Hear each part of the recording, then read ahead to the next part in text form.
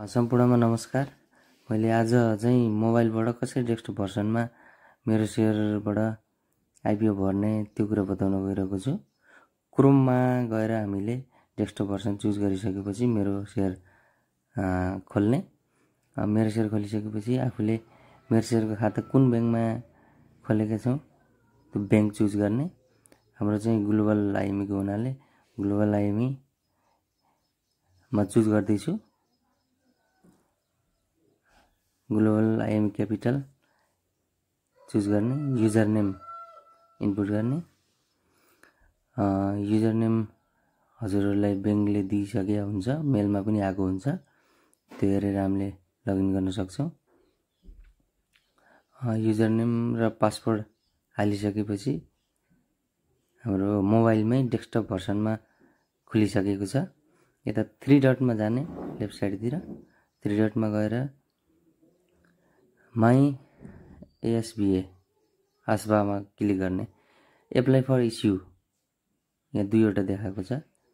एमबिएल equity fund यो चाहिँ close indeed mutual fund हो। म्युचुअल फन्डमा चाहिँ अब नहाल्दा राम्रो, तर हाल्दा पनि ठिक हुन्छ। तर अहिले चाहिँ हामीले अर्को आइपिओ अर्डिनेरी सेयर एप्लाई गर्दैछौँ।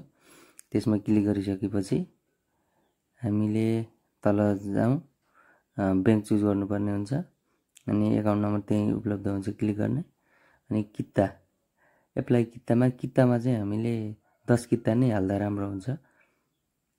10 किता हाल्ने, धेरै किता हाले पनि पर्ने भनेको 10 किता नै हो। त्यस कारणले 10 किता नै हाल्यौँ हामीले। 10 कितालाई 1000 रुपियाँ पर्छ। अनि यहाँ सिआरएन नम्बर हामीले इनपुट गर्नुपर्ने हुन्छ, त्यो ब्याङ्कले प्रोभाइड गरेको हुन्छ। अनि मेलमा पनि आएको हुन्छ CRN number. CRN number input गरिसकेपछि हामीले एउटा टिक लगाएर प्रोसेस गर्ने। अनि पिन 4 अङ्कको पिन हालेर ओके गरिसकेपछि एप्लाईमा क्लिक गर्ने। एप्लाईमा क्लिक गरिसकेपछि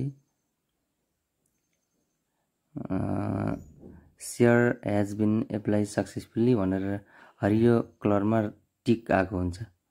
यति गरिसकेपछि हाम्रो सेयर एप्लाई भइसकेको छ।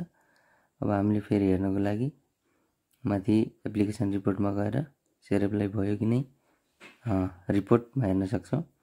हामीले अहिले भर्खरै गरेको हुनाले अनभेरिफाई भनेर देखाएको छ। यो बिहान गऱ्यौँ भने साँझसम्म चाहिँ भेरिफाई भइसकेको हुन्छ ब्याङ्क खुलेको अवस्थामा। यसरी चाहिँ हामीले आइपिओ मोबाइलबाट डेस्कटप भर्सनमा हामीले भर्न सक्छौँ। हजुरले यस्तै जानकारीहरूको लागि च्यानल भिजिट गर्दै गर्नुहोला। धन्यवाद।